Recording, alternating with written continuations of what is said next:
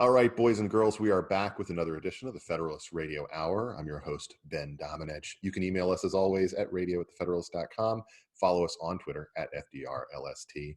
Happy to be joined today by John Yoo, who's been with us before. He has a new book, Defender in Chief, which aims to push back against a lot of the different understandings that have been advocated for in the media. There it is, about Donald Trump's presidency and his approach to the Constitution. John, thanks so much for taking the time to join us today. Oh, Ben, thanks for having me back. This is a great opportunity. I mean, I last had you as a student in a Claremont Institute room where I ran a war game, and I think I made you Vladimir Putin, perhaps, which might have been actually a good prediction of your future. No, I have to correct you. I was actually the editor of the New York Times, and I ended even worse than Putin. Even worse, and I ended up in jail. So I did not remember that. That is awesome. So it's kind of perfect. So I want to talk to you about this book, obviously, John, but first I want to ask you, this clearly was something that was percolating for a while in terms of an argument that you wanted to make about presidential power, about executive power.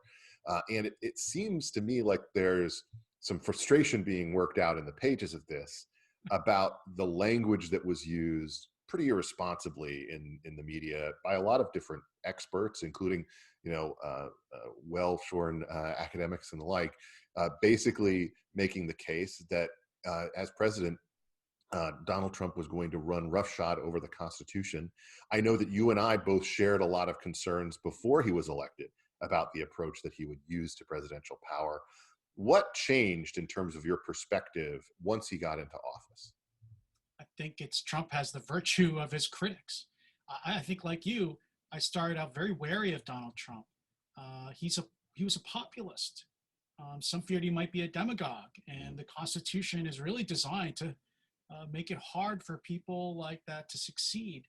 But then I think what happened was he fell under such unrelenting attack, wave after wave of attack from the left, and not just responsible criticism, but I think claims that really would have end up tearing the constitutional fabric because of an obsessive desire to bring him down.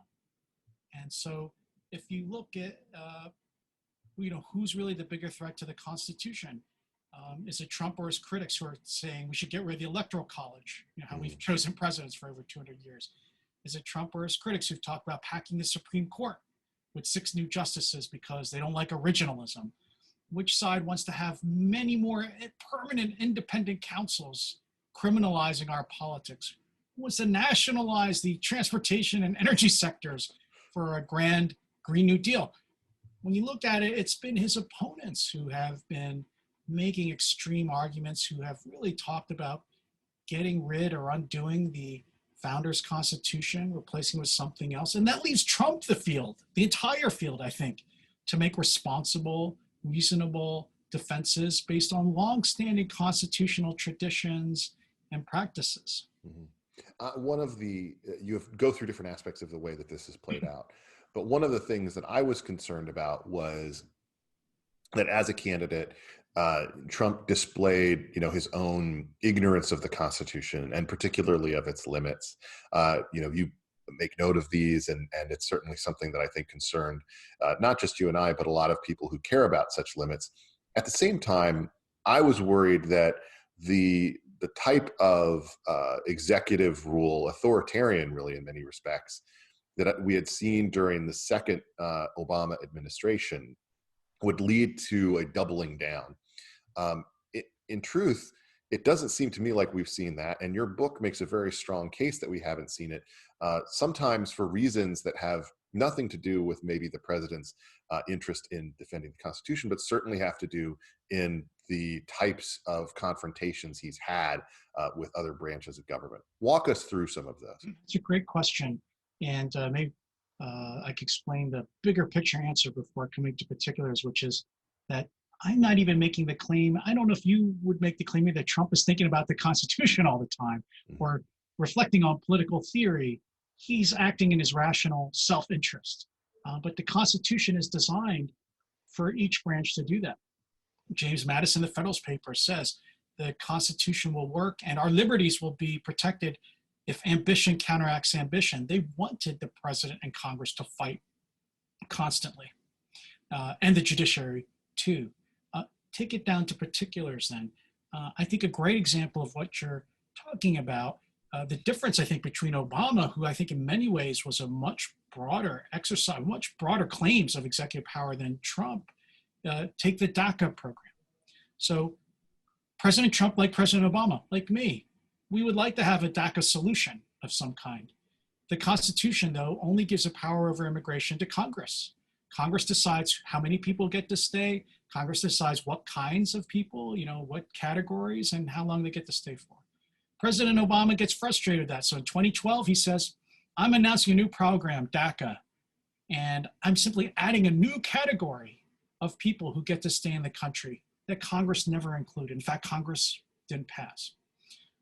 This category is anywhere from 2 million roughly. And then when DAPA comes along 2 years later, another 6 million. This is potentially 6 to 8 million people. So President Trump comes into office. He doesn't try to make this claim that President Obama does, that I can stop enforcing the laws. In fact, he comes in and says, let's go back to normal immigration enforcement as it was before. Trump could have made the same broad claim as Obama and said, I'm going to actually change immigration law. Now I'm going to say everybody who has a STEM degree from an American university can stay. Everybody's got a lot of money can stay. He could have created his own immigration system if he had taken, and they want to, right? They want to have a skills-based, asset-based system. I actually think that's a good idea, but he didn't do it because he didn't believe in this broad claim of executive power that Obama had made.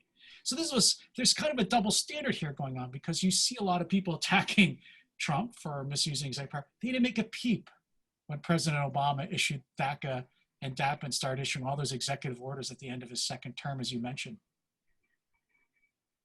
I think that one of the aspects of this that sticks out to me too is I kind of assumed that once he got into office, President Trump would really test the boundaries that are put in place by the Constitution for executive power in ways that might have resulted in him, really ignoring or overruling court decisions and the like.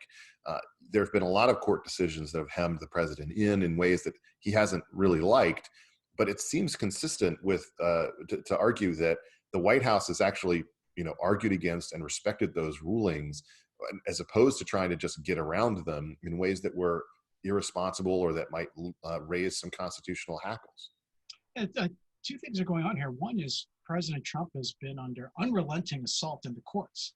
I think unlike any other president before, every time he issues some new policy, some district judge somewhere in the country enjoins it throughout the entire nation. Mm-hmm. And that might have happened a few times, maybe a handful of times before, but not in these kinds of numbers.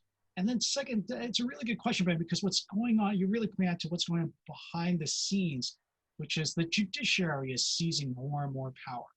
They are actually providing a forum for all of these challenges to Trump.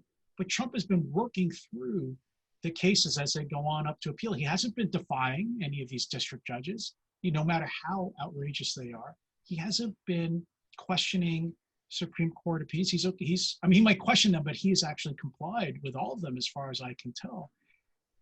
But he has kind of bent the knee to the Supreme Court too.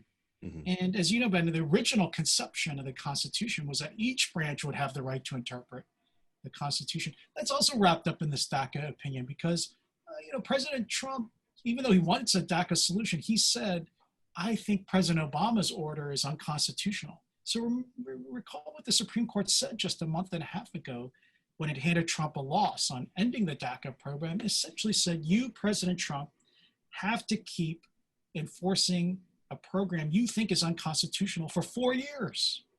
That's a stunning, I think, to me, display of judicial supremacy over the other branches. And President Trump obeyed. Mm-hmm. There's an aspect of this that sticks out to me quite a lot because it's something I hear in the media where you had all these people saying the president is waging an assault on the freedom of the press or on the First Amendment. or some other attitude about journalists are endangered by the president or by this administration. And to me, I look back at the Obama administration, which made use of the Espionage Act and in all manner of ways, which spied on the AP journalists, spied on James Rosen, tried to engage all these different things to stop leaks. And I look back at that and I say that this president isn't doing any of those things. He's just tweeting angrily at you and calling you names, just like you do him, which is not. President Trump has been the best thing that's happened to the news business in a long, long time, right? They're all making record profits. But, as you say, the thing that he could do that he hasn't done is he could sue people for libel and defamation. That's usually how, right, the government tries to suppress free speech, is they actually go around suing journalists and columnists. Trump takes an enormous amount of unbelievable criticism, and he talks about it, but he has never done it. And as you say, it was the Obama administration that really went forward with the prosecution and investigation of journalists for classified leaks. I think actually the interesting thing is what the media doesn't like about Trump is not that he's really using the power of the government to what we should be afraid of if the government was saying, okay, we support your view, but not your view. What the Trump is doing is kind of competing with the media. And if you look at presidential history, you've had some very successful presidents who've tried to bypass the gatekeeper role that media, so FDR and the radio, Reagan and TV, and now Trump with social media, has created a whole competitive environment to mainstream media. And I think that's what they really don't like. There was an approach used by President Obama that had all manner of honeyed words and talk of bipartisanship and coming together and unity behind various progressive ideas. He seemed to have been disabused of that notion after the 2010 midterms, and in his second term, it really went out the window. Now, the president who I hear talking about getting rid of the filibuster, talking about it as a vestige of Jim Crow, talking about adding 2 new states, Washington, D.C. and Puerto Rico, by fiat from Congress without even having an amendment process or any lengthier process than that, of advancing the idea on the part of getting rid of the Electoral College, as you said. That's what I hear from Barack Obama and from Hillary Clinton, and to me, those are much bigger norms to break than whether you insult Jim Acosta. I mean, I just have to, I realize, Jim Acosta, a very important person, his protection should be important to us all. But those seem like kind of a big deal. You better watch out, Ben, in a Biden administration, they're going to be coming after you too. Nobody's safe. But I wonder about this conversation concerning the Constitution, because what I recall back when President Obama was Senator Obama, was he talked about the filibuster as an essential element of democracy. He voted to filibuster Samuel Alito's appointment to the Supreme Court. Yes, and maintained that this was something meant to defend minority views. President Trump talks about getting rid of the filibuster. He talks about wishing that it would go away, disagreeing with Mitch McConnell about it. But McConnell hasn't done it, and there hasn't been any penalty or, in terms of their relationship that I can see, other than the occasional expression of displeasure. Is this a situation where people are so focused on the surface and not what the actual law and policy is of an administration that they allow themselves to convince themselves that the president is engaged in some battle with the Constitution that isn't really there? It's a great point. I mean, one way to rephrase your point is that people are confusing the president as party leader or political leader or candidate with President Trump as president of the government. Mm-hmm. And so, Trump has really been disruptive to politics, right? He's changed the norms of how presidents act, how they communicate to the people with Twitter. President Trump questions his own government, as the candidate. And I think that's part of the confusion, is they take what he says as a political actor and they say, oh, well, he'll do that with the powers of the president, when sometimes Trump is really interesting. He's like almost an outsider commenting on his own administration. And just because he says, oh, why are they doing this? Or can't you do that? Oh, these leaks are terrible, or the filibuster is terrible. But as you say, when it comes to the actions, he has not actually tried to follow through. And it's been, I think, progressives who are seriously promising to, as you're pointing out, filibuster, getting rid of the filibuster, changing the balance of power in the Senate, and so on, who really want to seriously, radically restructure our political system. And that's part of the progressive agenda. It has been since Woodrow Wilson. It's a strange agenda. On one hand, they want to, and Trump has been fighting them on both fronts.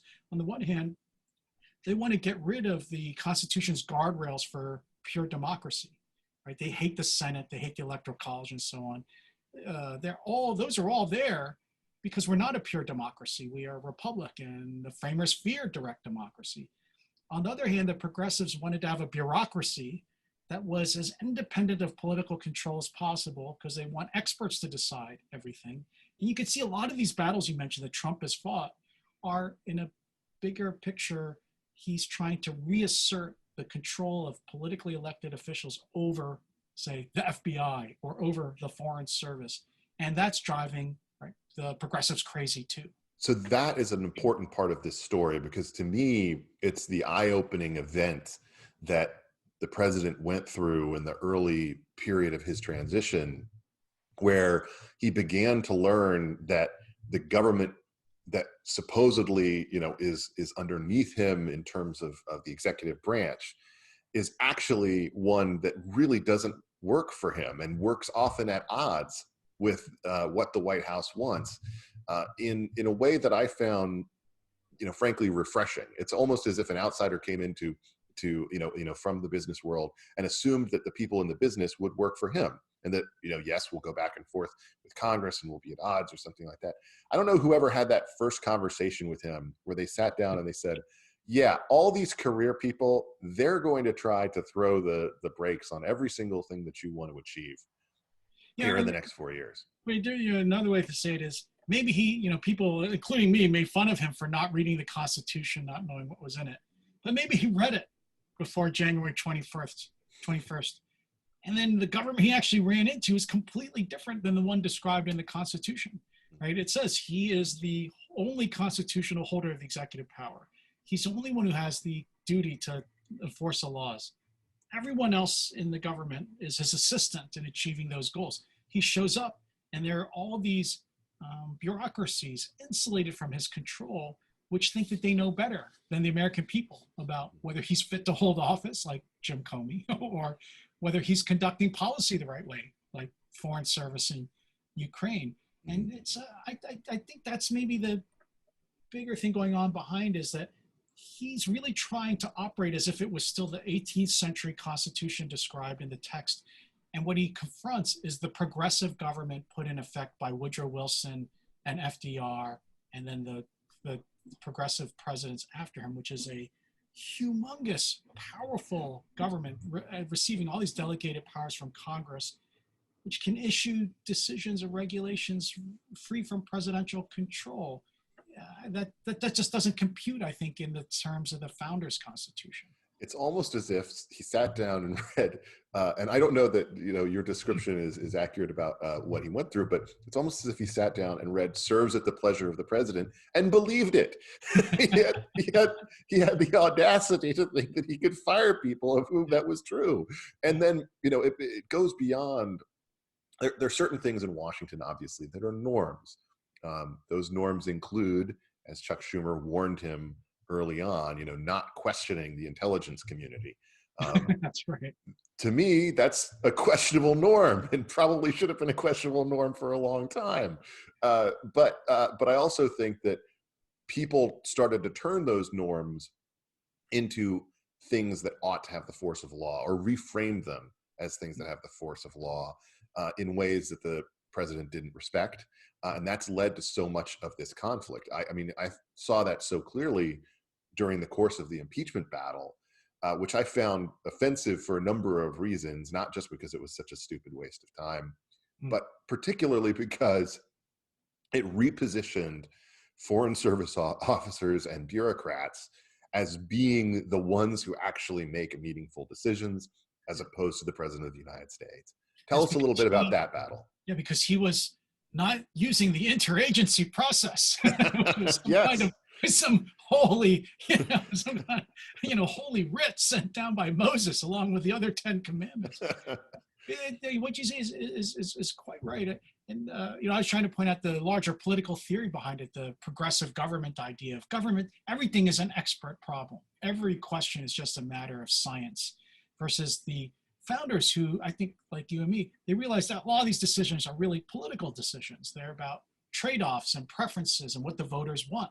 There's no right answer, for example, on what policy towards Ukraine should be, right? There's no scientific way to say this is the national interest. The framers realized a lot of this is opinion.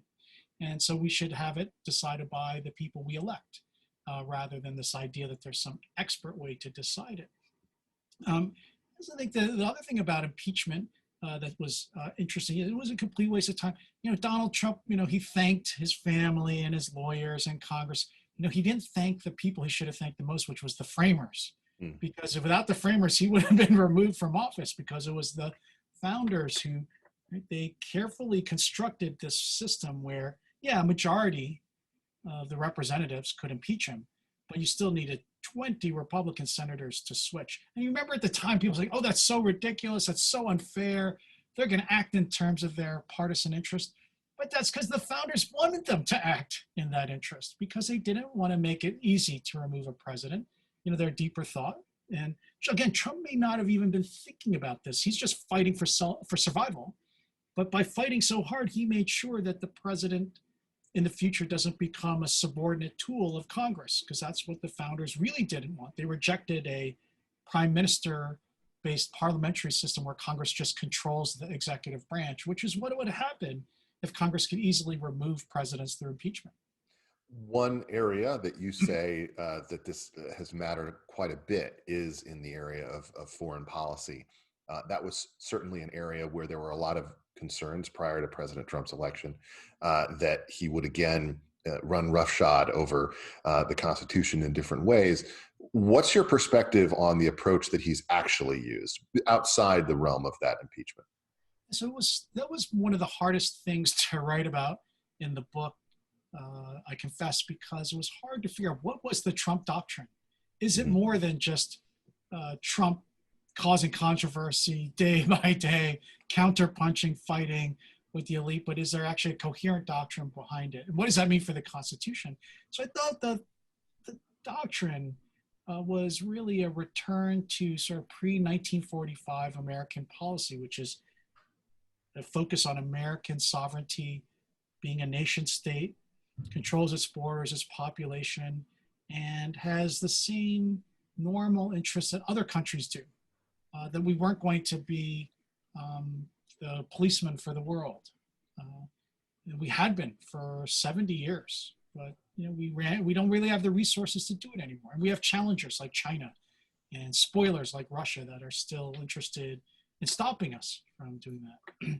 And so how that tied into constitutionally was interesting to me, because we've had these fights for decades, ever since Vietnam, if not before, about can the president use force without Congress? Can the president change our foreign policies? Can the president break treaties? Or does Congress have the strong hand, and Congress decides whether we go to war, whether we make treaties, what our foreign policy is? This is actually a fight that goes all the way back to the one between Hamilton and Jefferson over the Neutrality Proclamation. I think Trump showed how hollow the attacks on the president's powers in foreign affairs have been, because they're all built on the idea that the president wants to expand our engagement in the world. What happened when the president wanted to pull back under this sovereignty-based idea? Trump wants to pull out of Syria. Actually, there's nothing Congress can do. Trump wants to maybe pull out of Afghanistan. Congress can't do that. He wants to reposition troops from Germany to Poland. I think that's a great idea, actually. What can Congress do about it? He wants to break the Iran deal, the Paris Accords, the INF Treaty, go on, the Open Skies Treaty. He pulled us out of all these entanglements abroad. It showed that actually it really was the president all along who had that constitutional power to set foreign policy and achieve it. And Congress really, when it came time push to shove, they didn't really want to exercise any authority to stop him. Mhm. but at least it's a foreign policy. It's not, as you point out, Ben, it's not made by some foreign service officers who think they know better. It's made by a president, and we can reelect him. And one of the issues I'm sure we're going to focus on in this November election is whether he's done a good job in foreign policy. He's really outperformed what my main worry, I don't know about you, Ben, but in 2016, that was my main worry, was that, like he might drop a nuke on somebody. Like, I just didn't know whether, he might be rash, but actually his foreign policy has been about modesty rather than, irrational exuberance, as it were. Mm-hmm. But it showed how much power the president really does have to shift the strategy of the United States abroad. I find it interesting that the way that the approach that he's had on a place like Afghanistan has looked the way it does, where basically there are attempts within his own government to undermine his policy. That was clearly a point of contention, whoever's books you believe about it, Bolton's or others, between him and General Mattis about his policy in Afghanistan. There was this whole foreign policy, national security policy effort, it seems, to frustrate what he's doing. And I don't know what your thoughts are if you even read the Bolton book, but in it there kept being these scenes where Bolton would frame the president asking questions, which he does a lot in these meetings, where he's just, question, and then he'll say something that's basically his opinion that he says publicly all the time, which Bolton will frame as being irresponsible or out of touch with the moment. But almost every time I read it, I said, well, either the president's correct in this situation, or he's making a natural point that just about any average American would agree with about, why are we spending money in this place? Why do we still have troops in this place? Didn't I order this? Why isn't that happening? And questions that I think, go to the idea that the president, if anything, is hemmed in by a lot of these different forces that don't necessarily want to go along with his direction in these instances. You talk about him as a defender of the Constitution. Are there ways that he should have acted more aggressively in, whether in making reforms or other changes within his chain? Was he too trusting, if anything, of the generals and the norms of that? Yeah, that's a great point, Ben. I think, we are used to thinking of presidential power as presidents fighting with Congress or presidents fighting with the court. You're making a really great point, which is actually maybe the really important fight is the president against the independent bureaucracies below him that, as you say, have been fighting him in many ways tooth and nail in terms of priorities. And it's, you would say the founders would have said, what is going on? Right? You have a president, like a President Washington, he makes a decision, he's elected by the people, and then he gives an order. Why isn't it carried out? That's why they had a presidency in the first place, was they talk about in the Federalist Papers, a branch that acts swiftly and decisively. This bureaucracy has had the effect of doing the exact opposite, slowing down, diluting, sapping the presidency of its energy. And you see that, as you say, in foreign affairs in particular. So what could President Trump have done? I think one thing, it's taken him 4 years to sort of gradually assert his control over the bureaucracy. And that's, obviously, that's led to him firing a lot of people, having very well-publicized fights with other officials. People think, and maybe it is, and superficially, it just looks like personality conflicts, or scandalous, scandal, not scandalous in the sense of being abusive, but just like the kind, gossip scandal. It could be on newspapers. But what really is going on, I think, as you suggest, is it is the assertion of control by the politically elected politicians we choose under the Constitution, who are responsible for everything those people do. And so why shouldn't they have control over them? So I think he was maybe too slow off the start. If you think about it, by appointing all those generals, you like generals, but generals are also people who get to the top of extremely large hierarchical organizations by defending and leading those institutions, not by radically reshaping them. So he, in a way, even though he was this elitist, anti-elitist populist, when he got in, as you say, he was very deferential in the beginning to the permanent bureaucracy. And so I think he might have missed this, that plus the fact that the independent counsel investigation, impeachment. He's been on constant defense, after wave of attacks. It's almost as if his real presidency never really got off the ground. It would only be a second term where we might see what his positive agenda might be. John, I want to ask you about what the framers would have thought of President Trump's attitude toward the Constitution. They obviously had their own differences in how they viewed it and aspects of it. Who would have been the framer who most liked President Trump's approach, and who would have been the framer who had the most problems with some portion of it? That's a great question. I'm not sure. I'm trying to think about, he probably would be the opposite of George Washington, who was sort of, Washington tried to establish, it was succeeded for a long time establishing a state of a president who was kind of above party, president who was removed from party. Washington's the only one who was ever unanimously elected in the Electoral College. He didn't like parties. It's really, so I think he, that stream of founders attached to tradition and so they would have seen Trump as a kind of demagogic threat. So I don't know, maybe this is probably going to sound heretical, but maybe the founder who might have liked Trump in a weird way would be Thomas Jefferson. So Jefferson is a guy who campaigns saying, I'm campaigning on the outside against, although he's an elite member, yes, I'm against this Federalist elite, which likes, power and a national security state and big armies and all kinds of commitments. And I'm leading the revolution of 1800. We're going to, a lot of Trump's themes sound in that kind of Jeffersonian and the Jacksonian arguments about appeals to populism against this elite. So maybe that kind of Jefferson, actually, I think Jefferson was big on tariffs. So right. Jefferson loved tariffs. Actually, the people who might have actually liked Trump the most amongst the founders would have been the people who lost, the anti-federalists, right? Because they wanted the Constitution to be in a way either more states-based or more democratic, and so they might have liked Trump's direct appeals to the people. Trump cares about the polls, wants to do what's popular. That would have been more attached to the anti-federalist world than anything. I agree with you, and I think that they would have felt that he was. I was going to ask you, who do you pick? No, I actually anticipated you going in a different direction because I was going to argue the Jefferson point as you have. I think that he,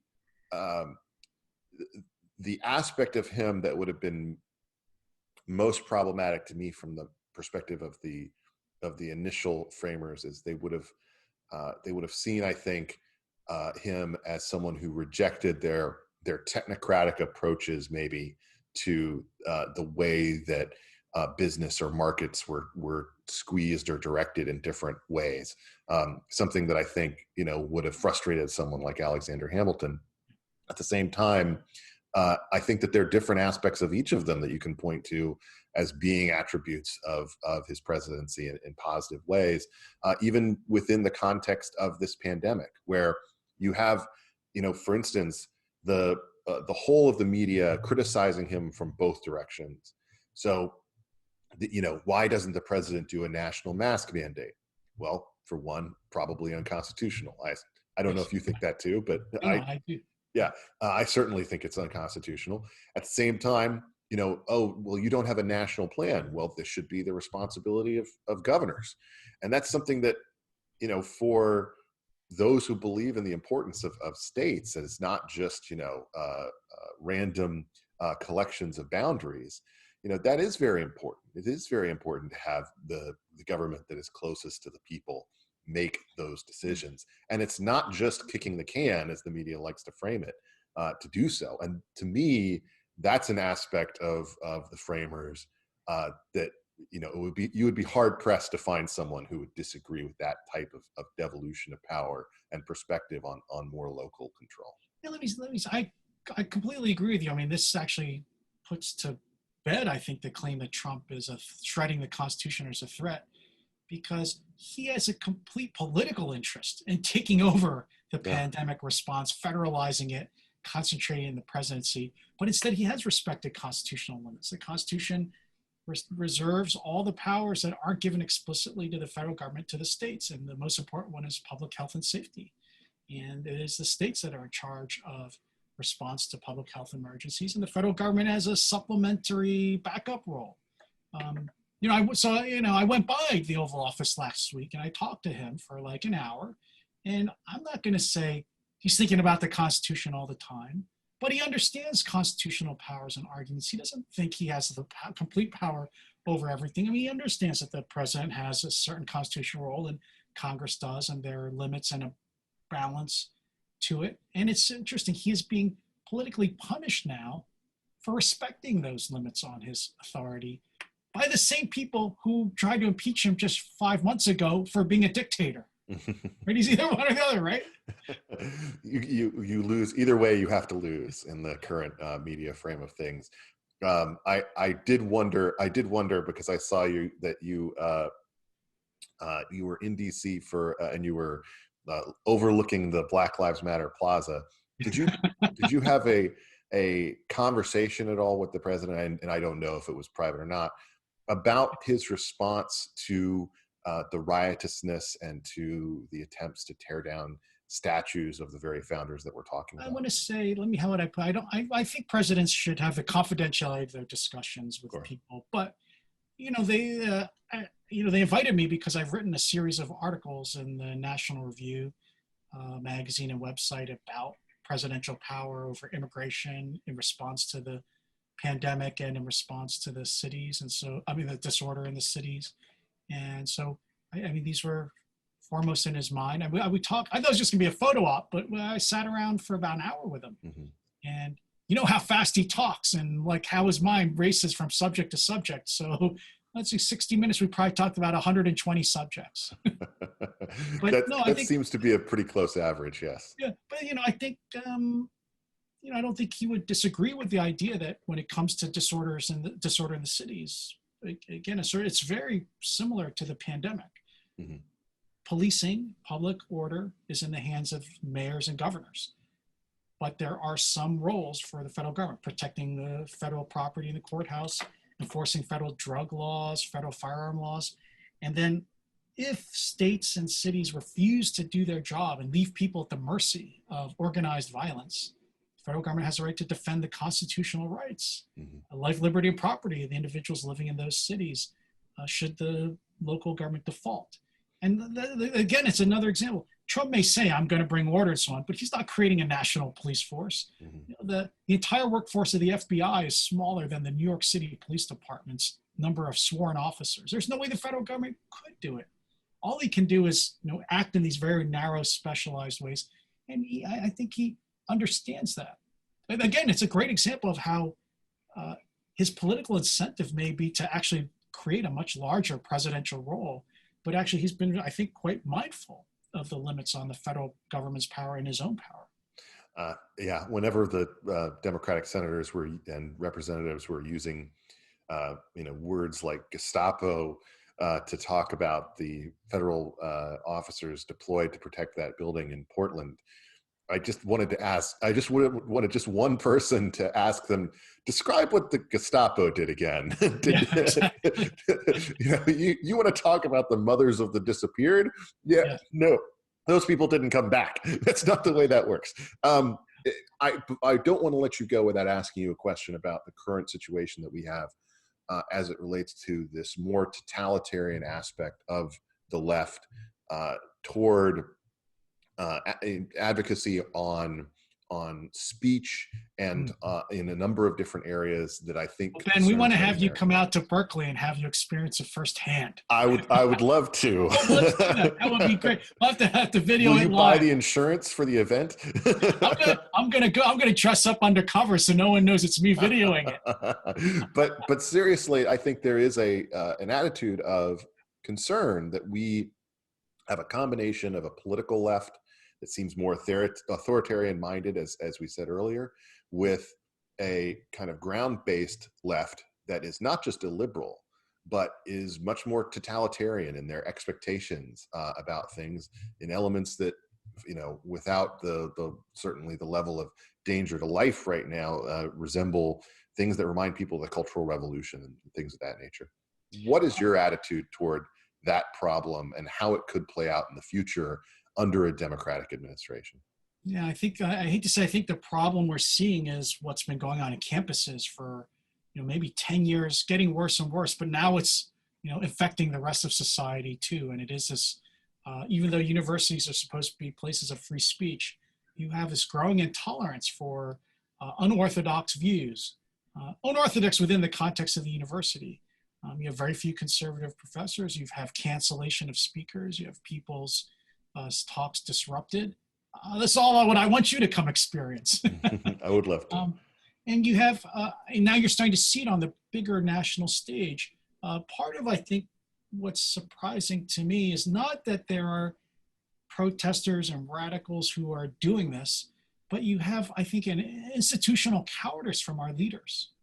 No one's forcing the corporations to fire people left and right and to censor their speech, rename products and so on, or mayors and governors to, here in San Francisco, to allow the removal by protesters of Ulysses S. Grant's statue. He and Lincoln are the ones most responsible for the end of slavery. So to me, what's happened is not just that you have this constant pressure on it, but that people have caved in who are more responsible, university presidents, CEOs, political leaders. I hope it's something like a fever that will break and will return back to more reasonable discussion over our public policy crisis, instead of this, people accepting this belief that America is fundamentally a racist country or a bad country. I would just say, not only is it a country that's been trying to correct its errors in a way that you rarely see other countries do unless they're forced to, but look at the market. If America was so bad, why are there tens of millions of people who would happily trade their place with anyone else in this country? Because America really is a great country of promise and freedom. I find it mind-boggling, actually, the accusations that are being leveled at American culture and history. And your other question is was it going to get worse if the Democrats win the election?